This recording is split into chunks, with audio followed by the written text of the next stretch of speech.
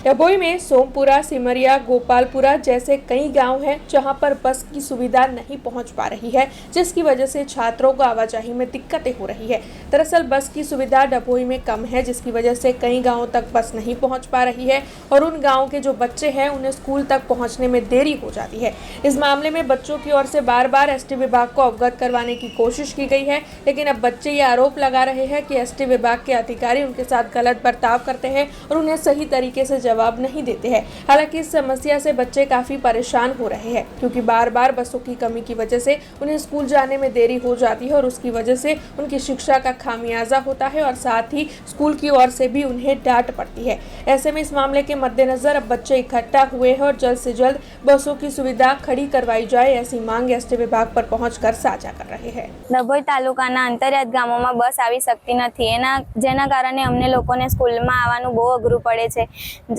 અમુક ગામ એવા છે જ્યાં કઈ રિક્ષાથી માંડીને કશું જ કોઈ આવડ જવડ નથી હોતું, જેથી અમને લોકોને આવવાનું પણ અઘરું પડે છે। સ્કૂલમાં પછી કઈ સાધન બસ બી આવે તો આવે, બાકી નહીં આવે તો અમે લોકો સ્કૂલમાં રજા પડે તો સ્કૂલમાં ટીચર લોકો પણ બોલે છે કે તમે લોકો કેમ નથી આવતા।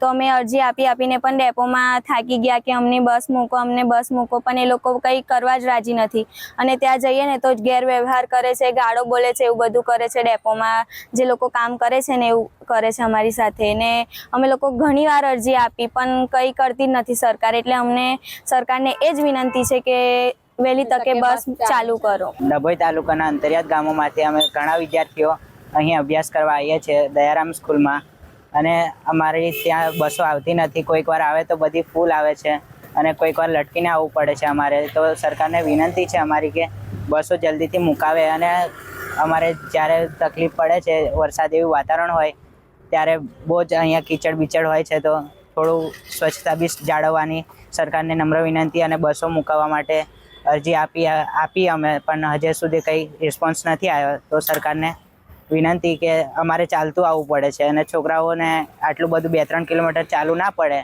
અને અભ્યાસ કરવામાં સરળતા રહે, तो बसों मुकावा माटे नम्र विनंती। हमसे जुड़े रहने के लिए हमारे YouTube चैनल को सब्सक्राइब करें और नई वीडियो की नोटिफिकेशन के लिए बेल आइकॉन को दबाएं।